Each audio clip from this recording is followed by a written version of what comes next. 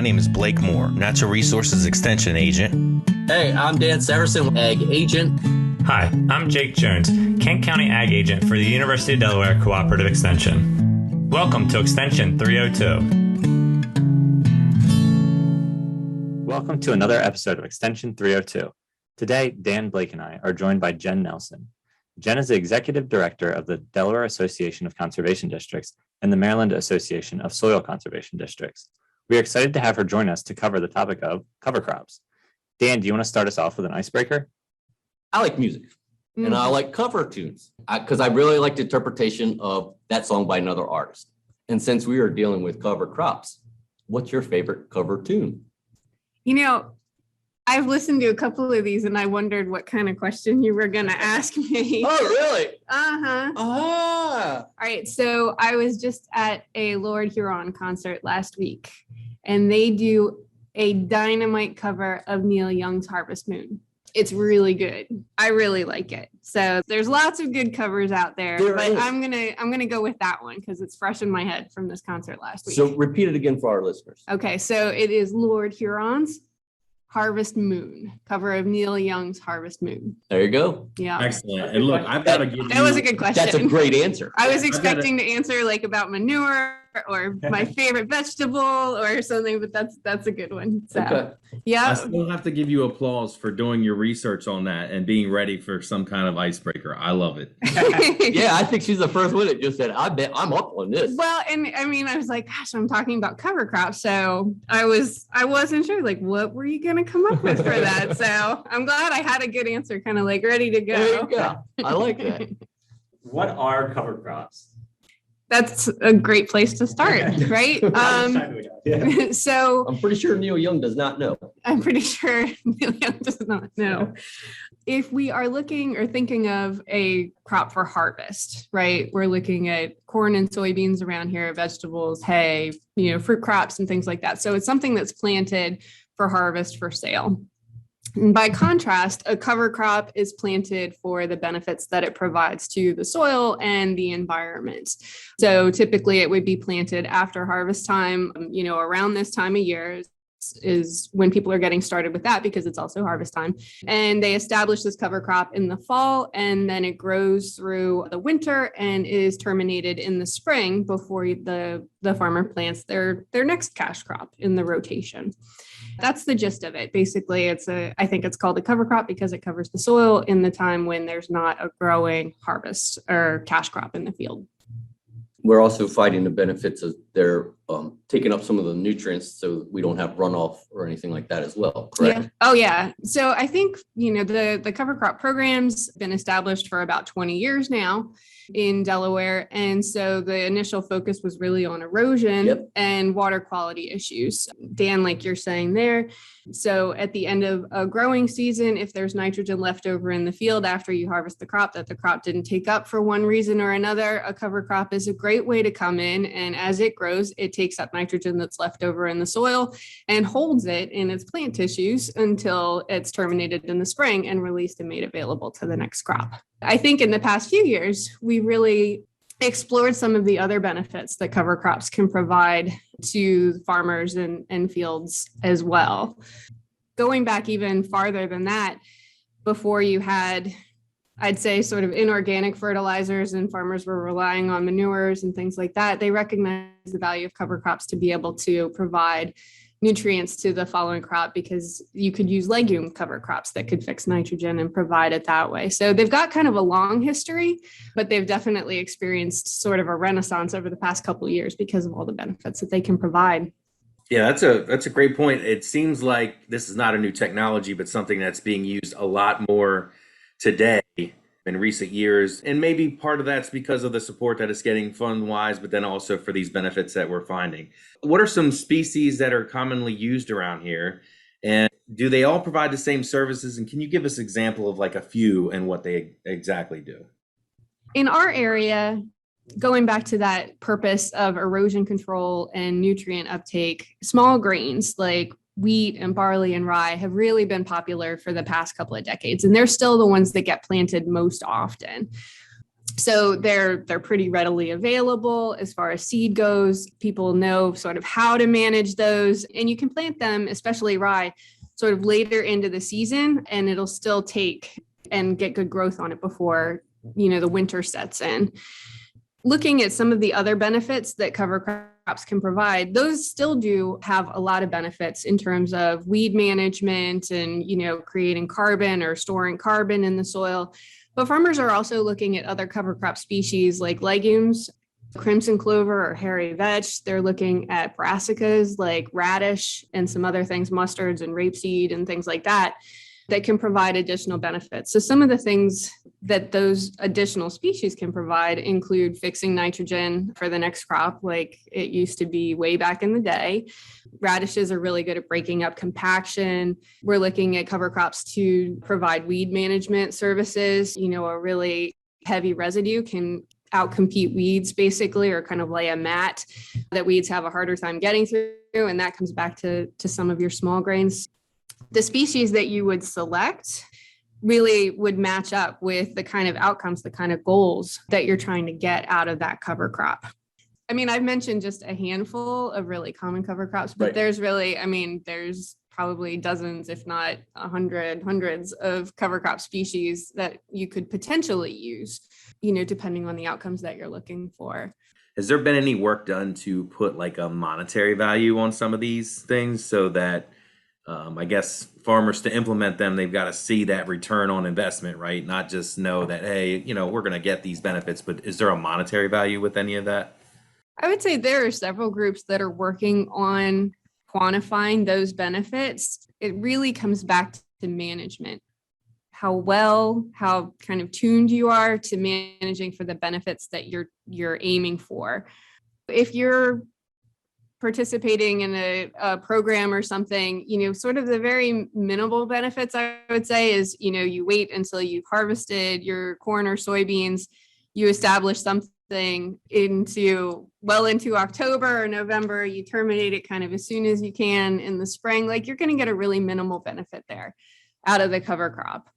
But if you are managing, say, for, some particular benefits, either increased carbon or to produce nitrogen for the next crop or something, if you get something established earlier in the season, if you allow it to grow a little later in the season, in the spring, that there's trade-offs that go with that, but the benefits also kind of increase as well. The people who are looking at the monetary benefits that you can get from cover crops, whether we're looking at carbon markets, which are really just emerging right now, or just kind of the benefits to the farmer, the ecosystem services kind of benefits in terms of herbicide savings and things like that.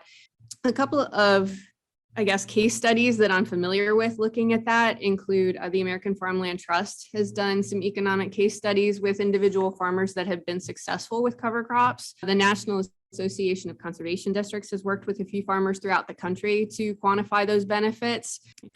Really good. And that's kind of what I was getting at, because, we do a little bit of work in, the climate area and having the carbon sequestration and things like that coming with cover crops. I know it's a big tool right now, and, it's good to know that not only are they getting those benefits from it, there actually is some benefit to the farmer's bottom line as well for using that.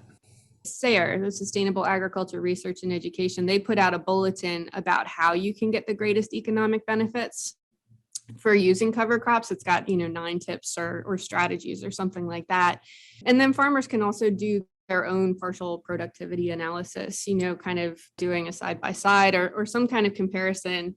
That kind of analysis will let you know if a management strategy is successful in providing a benefit to your own bottom line, which is really kind of what everybody's looking at too, so that ends up being the most important to any individual farmer. We talked about the positives of soil health and environment with cover crops. What are some of the negatives? What are some cons of cover crops? I don't know if I would phrase it so much as cons, but with challenges. There's any agricultural system has kind of challenges and trade-offs. You're talking about a natural system. And so just like with crops, basically it comes down a lot of times to weather and timing. So if we could just control Mother Nature, we would have sort of all the issues of the world solved. Do you know that she's undefeated? Yeah, exactly. She's got a really good record. Right? We're good, but we're not that good. Exactly. And so, the same kind of challenges that come up with cash crops, come up with cover crops as well. So those sort of challenges, if you have something that pushes harvest back later, it makes it hard to get cover crops in a timely manner so that you get the greatest benefit. If it rains a whole lot in the spring, it's hard to get into the field and terminate cover crops. And then sometimes you have a bit of a challenge controlling something because, they've been able to grow and establish, those are a fair number of things. And then it's also just kind of balancing the trade-offs that you get using one species with another species and these different management techniques, sort of what's the best way to get there. And so it can be a bit of a challenge to figure out sort of what the best management choices are to come to the outcome that you want to have. What I would like people to understand is when the cover crop, I want you to treat it as a regular crop. Right. And that's when you're going to get your greatest benefits, is when you're really looking at intentional management with that cover crop. Absolutely. How are these cover crops applied if in the fall when maybe some of these weather patterns aren't cooperating? And termination as well. And termination as well. Cover crops can be applied in a number of different ways. They can be established in several different ways. And so you can broadcast something in the field where, it's spreading seed, and you can drill seed in, and that's kind of beneficial because you get really good seed to soil contact. But sometimes that's also later in the season because you have to wait for your crop to come off before you can drill the cover crop in. If you're getting later in the season, or sometimes earlier in the season too, a lot of cover crops can be flown on with an airplane, which is pretty cool. And that can be done when your cash crop is still in the field. And the nice thing about that, it doesn't provide as good a seed to soil contact. So you have to kind of use a heavier seeding rate when you do that. But when you harvest your crop, the cover crop that has been able to establish has a little bit of a head start. And so once that crop is off, it's kind of ready to take off and go. And then in Sussex County, they have a piece of machinery called an air seeder, and it's a highboy, which means that it can drive over a standing crop, and usually uses the same wheel tracks as some other operation from the season. It drives over a standing crop and seeds cover crop into the canopy, and that can go over corn or soybeans. And so that's a new way that is available to farmers in Sussex County as well. Do we consider that green planting? But green establishment, I should say. I was going to say the planting green. It sounds like that fits in, but that's a whole other thing. So I've never heard a term for what that is in the fall to seed a cover crop before you take off the cash crop. But we should come up with one. Yeah, I think we need one. We'll get to work on that. Okay. And then you asked about termination in the spring and different ways to do that as well. And so there's a couple of different ways depending on your situation and what you're planting to follow. So a lot of times an herbicide is applied to kill down the cover crop, and that can be done before you plant your cash crop or after.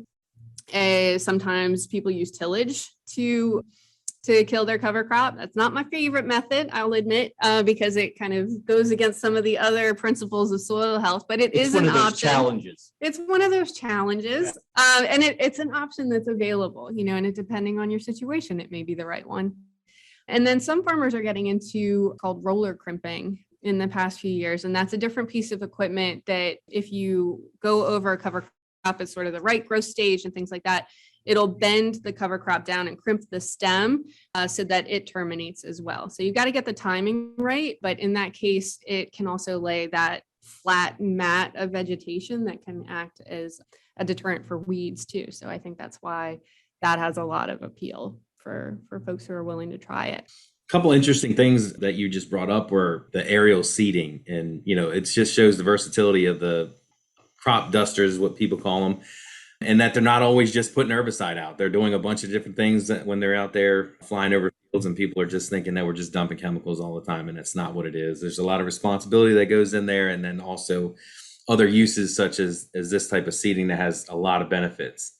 And then also talking about using herbicide to burn down the cover crop to terminate it. I mean, It's kind of like a no-till system anyway. So it's not even like an extra application. You're going to have to burn down if you're doing a no-till field anyway. So it's just kind of like another piece that's normally there. So it doesn't even seem like you're talking about a few challenges, but these are some things that people may see as challenges, and I see them as just part of the normal operation almost. I think your point about using herbicides in a no-till system anyway is a good one. You're saving the tillage pass there. How the herbicide works really does, that's one of those management challenges that we were kind of talking about before. It can be something simple if the cover crop is small. As farmers are kind of working to terminate cover crops later on in the spring and get more benefits out of that additional biomass and all of that stuff, one thing that everybody I think does want to pay attention to and kind of consult with extension specialists are those weed management options. So it's not really a weed at that point, but you kind of have the same mindset for how are you going to control that cover crop so that it doesn't cause you problems going into the spring and interfere with your cash crop. I think I'll put a plug in for extension at this point because you guys have a great team that can advise on that stuff, but it's a question that you'll want to ask, as you're getting into it. That gets into another point, I think, that I would bring up in farmers who are trying something new, like planting green or letting things grow later or something like that, is to start small, right? So don't do something across your entire operation, start with a smaller piece of acreage so that you're making little mistakes and you can work out and fine tune that management and make those tweaks before you apply it across the board. You won't drive yourself so crazy with things that, you could have learned on a small scale first. And going back to what Jen was saying with SARE, SARE, Sustainable Agriculture Research, they have farmer grants that are just accepting applications right now. Today is September 13th. There's farmer grants out there. There's money available if you want to try to do something like this on a small scale through SARE and farmer grants that you can apply for. And I think they're up to like $15,000. Okay. That you can apply for. There's stuff out there that you can do as a farmer. And there's also partnership grants through SARE. So you could tag up with Jake or Blake and be a farmer and work like that. There's money out there if you want to try to do this little step by step. Mm-hmm. And like Jen was saying, with extension or with conservation districts, you work through this. Another wonderful thing about SARE and those grants is it'll also provide you a platform to share your results. Once you've kind of completed whatever you're looking at, meeting up with other farmers and other professionals, ag professionals, to share the results of that research is key. So not just with those grants for sure, but in any kind of situation and things that people are trying, the soil health field days and, different outreach events and networking events are really great so that people can share information back and forth, because that's where kind of a lot of that knowledge comes from, and helping to make decisions that are right for your own farm comes from sharing information with other people. SARE just came out with a new type of grant. It's called the innovation grant. So if you're doing something that's very innovative, there's money out there for that as well. You can look up Northeast SARE. Just to finish up on SARE though, just the resources that are available on the website there, between, cover crop guides and the outcomes of those grants. And it's just a wealth of information. Yeah. So if you're looking for where to get a foothold on some of those management options, that's a great place to start. In Delaware, each of the conservation districts has a cover crop program where they will work with farmers who want to plant cover crops in their field to provide a payment that helps to cover the costs of establishing and terminating the cover crops. So that's been going for about 20 years, kind of aligns with some of the water quality goals that we have here in the state. The programs are a little different in each county, but a farmer goes in and signs up the acreage that they want to plant. They plant it right about this time of year and report it back to the conservation districts. And then in the spring, they do the same thing. The districts go out and check the cover crops to make sure that everybody has done what they said they were going to do. And then we go out again in the spring after the farmers reported that it's been terminated and check it again. And so I don't remember when everybody does their payments, but I think that kind of guidance is available online too. Basically, so between $40 and $55 an acre, depending on the management and the different planning scenarios, is the incentive payment that we make or that the different districts make throughout the state. So it's a really good option for farmers who want to plant cover crops and improve their soil health, that's a really big help to those farmers. About 2 years ago, we had a record planting for cover crops. And so it goes up and down. The amount of acreage that we plant in cover crops in Delaware fluctuates based on the funding that's available for the program and also, other conditions like weather and things like that. So 2 years ago was kind of a perfect storm in a good way, where we got funding through Delaware's Department of Agriculture, as well as sort of our usual funding line through DNREC, and it combined with other sources. So we had a good chunk of money available that we didn't usually have. And also the weather conditions were perfect for farmers to plant. And so that year we planted about 110,000 acres in Delaware. Now, that's still... And how many acres in production do we have? So about 525,000 acres. We're looking at about 20% of the acreage that's planted in cover crops on a really good year. So that leaves a lot of room, a lot of potential for additional acres to be planted. So I think that's something that we're trying to increase with additional funding and additional outreach and education over time too. What exactly are the conservation districts and what do they do? Because evidently you're big time because you're Maryland and Delaware. You're like the boss.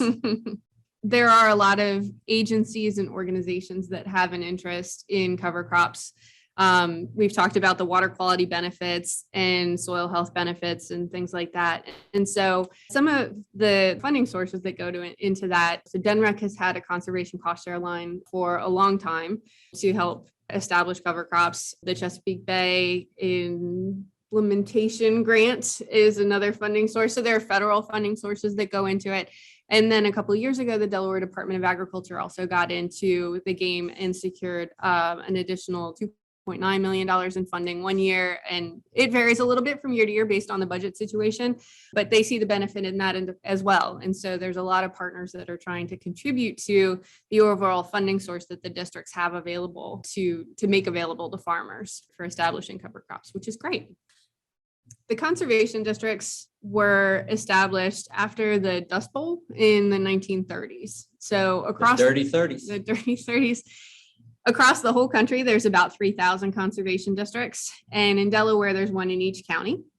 They were established to help farmers with adopting conservation practices and conservation management on their farms. And so from the 1930s, for a long, long time, it was focused on soil erosion issues and preventing erosion. And then in the past, 20 or 30 years, it's shifted where we're also helping with water quality issues, water quantity issues. Here lately, we're looking at these weather events, some flooding issues. Every now and then, But yeah, it's, we're really expanding sort of the scope of services that we're providing to farmers and other landowners. We work with communities and things like that too. But we're looking at soil and water still for sure, but also air quality issues, human health. We're looking at carbon, which is coming online in a big way, and climate change. And also, I would say we kind of work on quality of life issues and profitability. The gist of conservation and the kind of goals that we're working with farmers on have as much to do with those aspects as they do natural resource management. So the districts provide technical assistance and guidance and advice on conservation practices and financial assistance from those, different financial sources that we talked about before. And I would say that the districts also are great connectors. So they work with a lot of farmers. They also work with Extension. They work with NRCS. They attend lots of trainings. The planners go to the Mid-Atlantic Crop Management School and soil health field days. So they have a really good bank of knowledge to advise farmers themselves, but also to connect them with the people if there's detailed management questions, that can help answer those. That's kind of what they do. One of the things with the districts that is unique is how they focus on locally led and voluntary conservation. So each district has a board that establishes the programs for each district. And, Jake and Dan, you guys sit on the boards, but you sit on the boards to provide that important guidance on those issues. Those decisions that are made at the local level, it's a unique kind of setup compared within the conservation partnership. It's a voluntary position and it's a unique setup. It works to provide programs and things that are tailored to the cooperators, the farmers, the communities in each county. If you know Delaware, you know Newcastle County above the ditch is way different. What they encounter is different than Canton, Sussex. So Jen, thanks for joining us today. Do you have any final thoughts? We usually miss something. So is there anything you want to add before we wrap up? If I haven't said it before now in this episode, I just want to kind of give a shout out to the strength of the partnership that we have here in Delaware. So Extension, we've got a really good bench of folks to answer questions. Between the agencies, with NRCS, with the conservation districts, there's really a lot of places where people can go to answer questions. And that's important, in this area where we farm half of our state or a third of our state or somewhere in between farms in the Chesapeake Bay watershed, and that's kind of driven a lot of technical assistance and a lot of funding that's been available for a long time. And cover crops and soil health in general do provide a lot of benefits to that issue specifically, but also as we're looking at climate change issues and things like that, it can be a real key. We're leaning on cover crops and soil health, pretty extensively to meet our water quality goals. And I imagine as we sort of form up our climate change goals, that'll play a big part as well.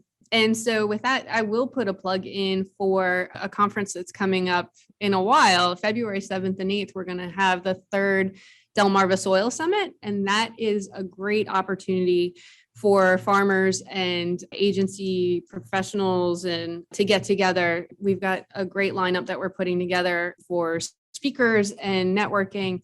And so I would keep an eye out for that because it's one of the few regional conferences that we have in this area to really be able to delve into that for 2 whole days, which is great.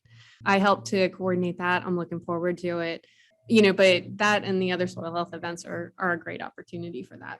So thank you very much for having me out today. Thank you. This is kind of a good example of some of the things that farmers are doing conservation wise around here. It's always one of those things where, we know the farming community is one of the first ones to start implementing conservation practices when they can.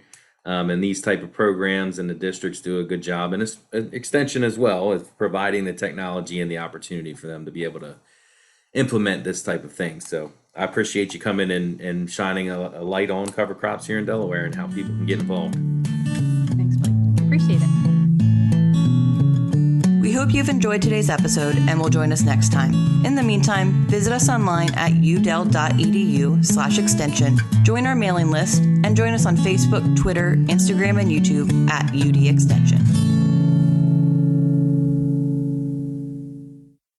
This program is brought to you by the University of Delaware Cooperative Extension, a service of the UD College of Agriculture and Natural Resources, a land-grant institution. This institution is an equal opportunity provider.